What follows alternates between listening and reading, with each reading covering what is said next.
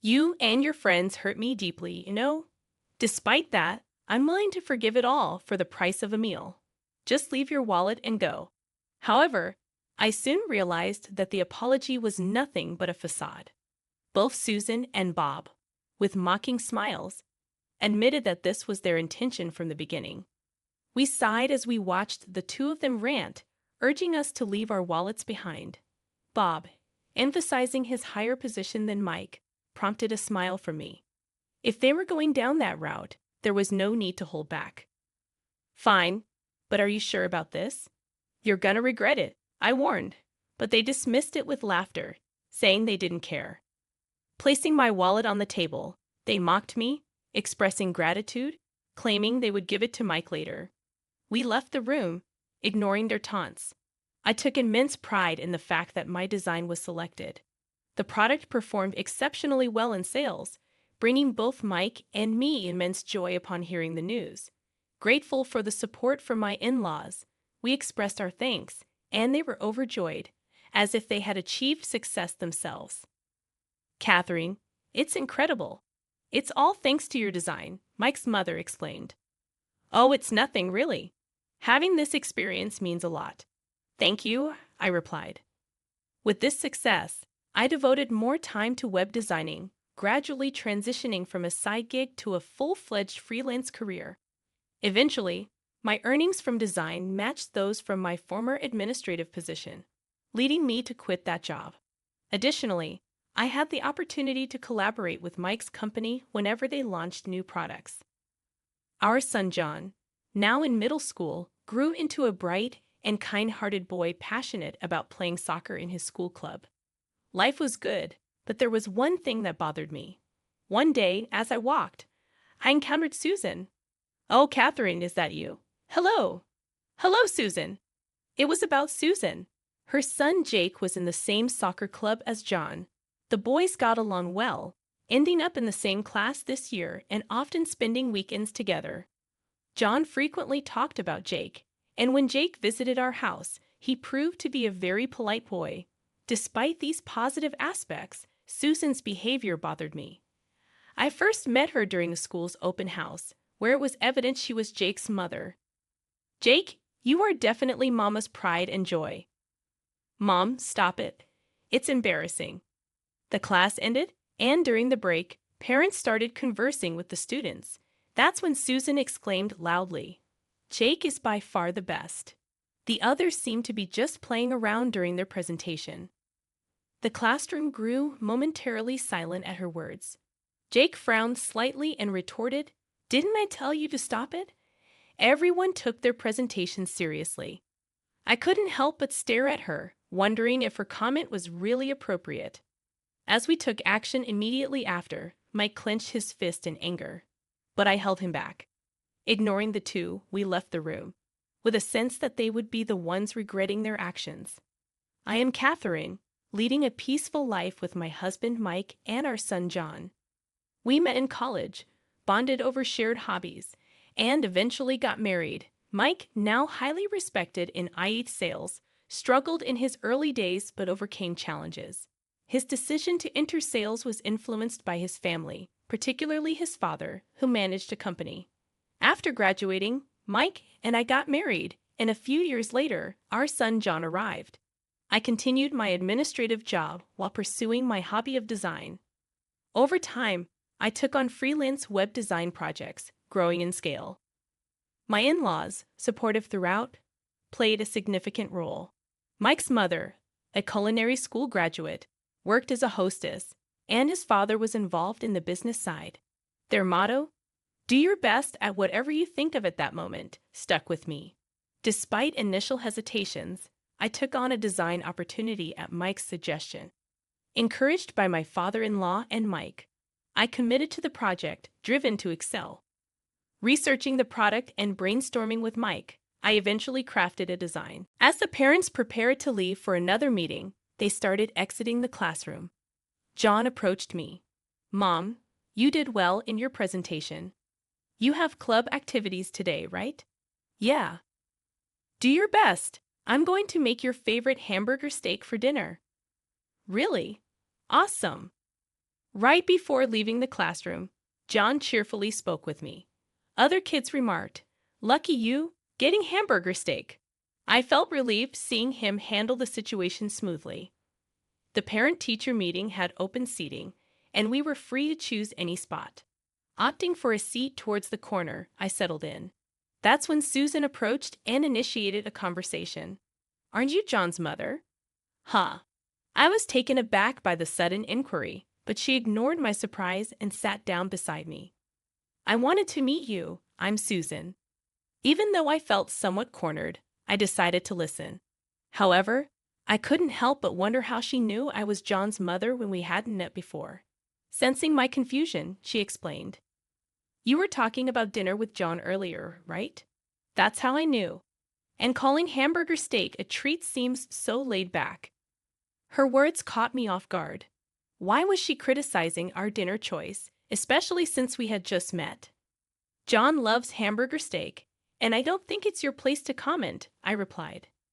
Whether she liked my response or not, she clearly looked displeased. "Well, that's true.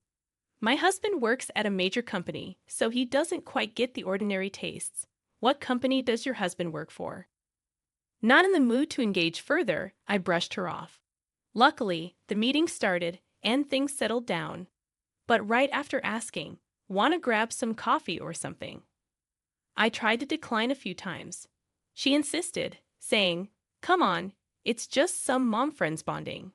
Besides, Jake and John are good friends." Left with little choice, I reluctantly agreed. We exchanged contact information and went for coffee before heading home. During our coffee chats, she boasted about her wealthy life and her husband.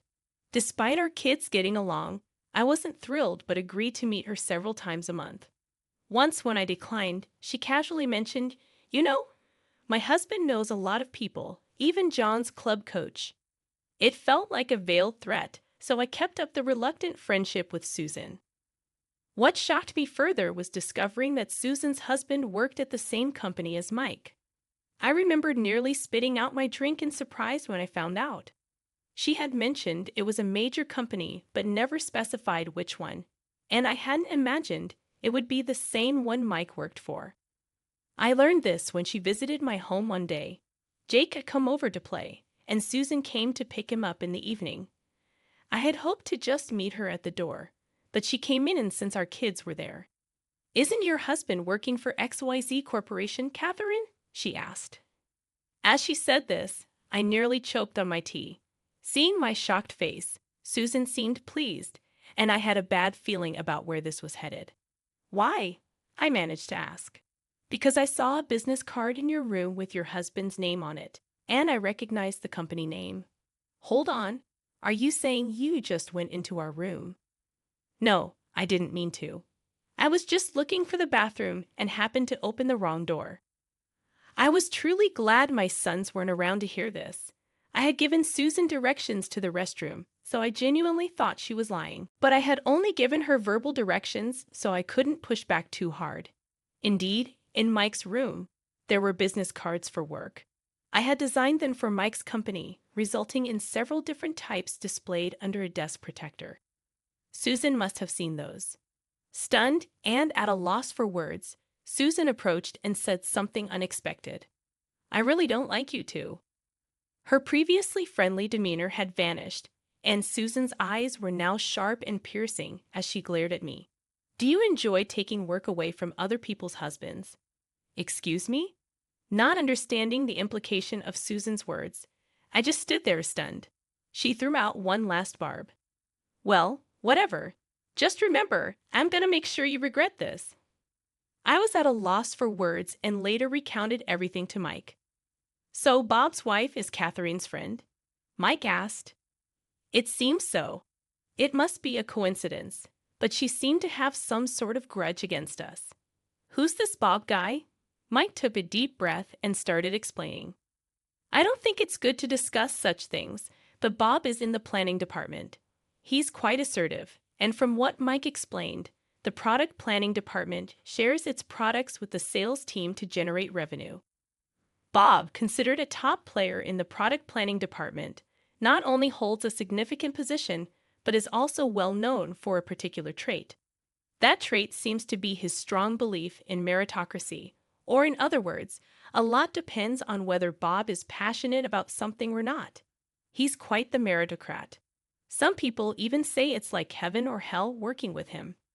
I see, but I still don't understand why Susan hates us so much. Yeah, I'm not sure either. I don't have a deep relationship with Bob. Sorry for getting you involved in this mess. It's fine. But what about John and Jake? It's not good for the kids to be so close and their parents to be like this. Yeah, I'll try to find out more about it. Thanks.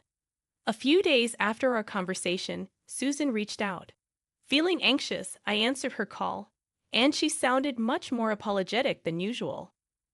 I'm so sorry about the other day.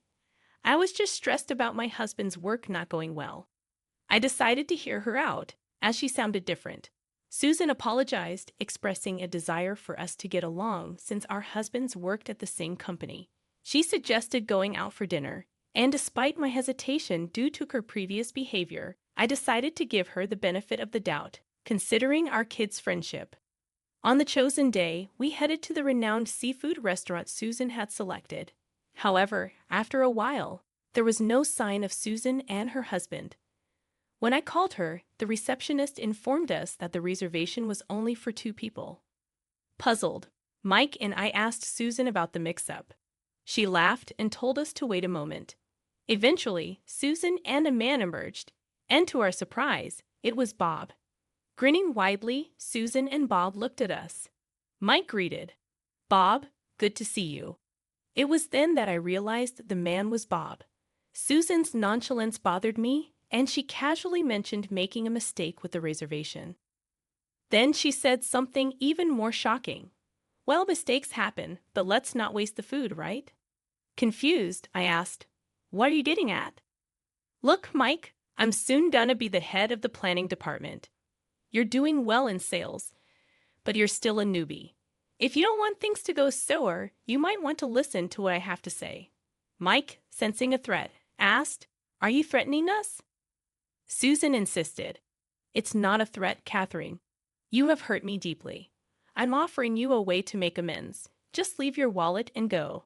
At that moment, I realized that the apology was indeed a lie, and this was their intention from the beginning. We observed the unfolding argument between the 2 parties. "Look, just leave your wallet and get out.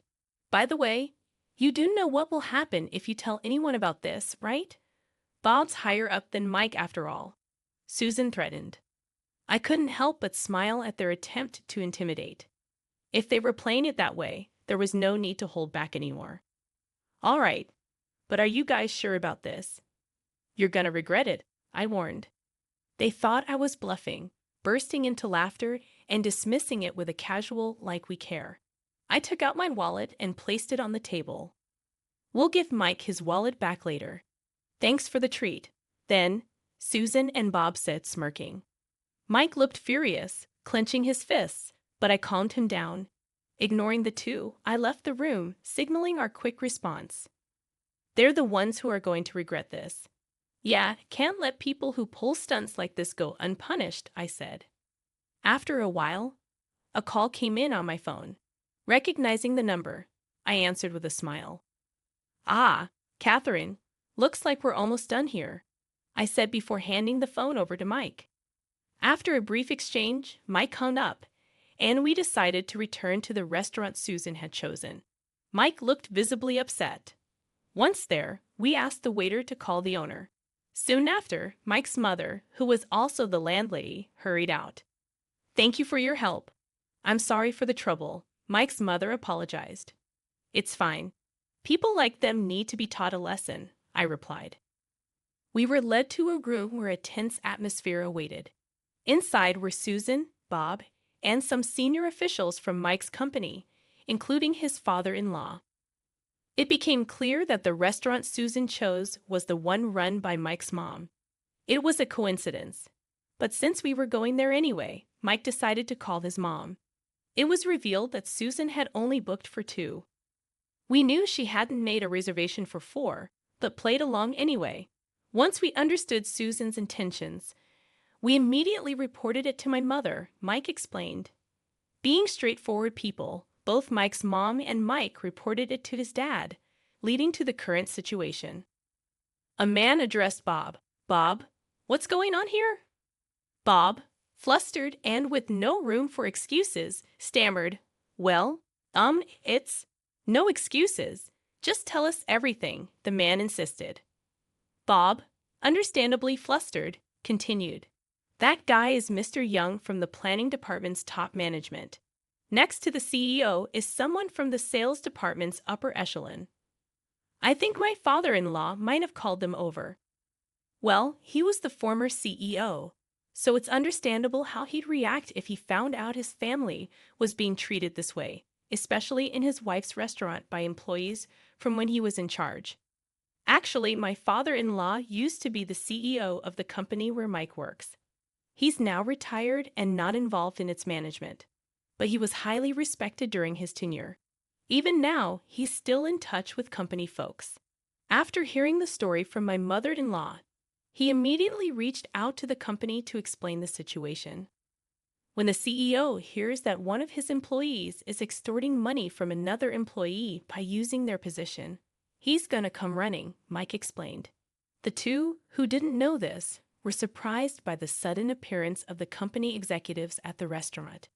They seemed unable to grasp the situation. Mike wanted me to accept this invitation because my husband often works with him. Even now, I'm taken aback by the blatant lies coming out of their mouths. They show no remorse, and I wonder if they don't realize that such obvious lies will be found out. To cut off Bob's words, Mike entered the room. To the astonishment of the two, Mike politely said, "Excuse me." "You!" Bob glared at Mike as soon as he saw him. We understood the situation completely, but for Susan and Bob, it must have been confusing. Before Bob could make a move, my father-in-law spoke up. "I'm the former CEO, George. I'm retired now and have handed over the company to Mr. Young here. By the way, Mike is my son, but he didn't get his job at the company through any connection of mine. In fact, I wasn't involved in his hiring at all. And I should mention that this restaurant is run by my wife." Listening to my father-in-law's explanation, the two seemed to finally grasp the situation, and their faces turned pale in an instant. Susan let out an almost wordless sigh, and Bob was shaking uncontrollably. Oh no, Susan looked as if she couldn't believe it and seemed more flustered than I'd ever seen her. Let's cut the chit-chat and get down to discussing the matter at hand. The discussion, or rather the one-sided grilling they received, began in a heavy atmosphere, and the two were struggling to find their words. Susan's resentment towards me was apparently related to some design work at the company. From a proposal Mike brought up, it seems Susan was another candidate they had considered. Originally, when the project was discussed in the company, my design was chosen after a search among friends and family for talented designers. This boosted Mike's reputation.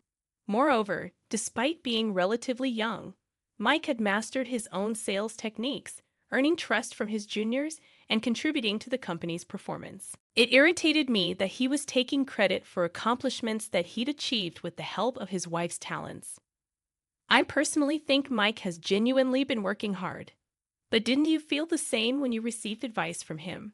I asked Bob, leaving him at a loss for words. A senior planning department executive's sharp comment accentuated the situation. Bob also felt slighted because, after finishing their sales tasks, the sales department would give precise advice to the planning team, making him feel like his products were being overshadowed by Mike's. As Mike's answers continued to receive praise, Bob grew resentful and frequently vented to Susan. One day, Susan overheard me talking about my work with some other moms, and since she found out that I was the designer chosen for the company project, she started picking on me. We were speechless, astounded that they would conceive such a scheme out of jealousy. Moreover, we learned another shocking truth. "I'm really disappointed in you," Mr. Young said coldly to Bob, who was begging for forgiveness. "Please wait. I'm truly sorry about this," I pleaded. Mr. Young replied, "I've heard from one of our planning department guys. I hope it's not true, but there's a significant amount of money being spent on planning. Is it really all going towards actual products? Bob froze, and Susan went pale. It turned out that Bob had been embezzling funds under the guise of planning expenses. This revelation took even us by surprise, and it seemed Susan was also complicit in the scheme.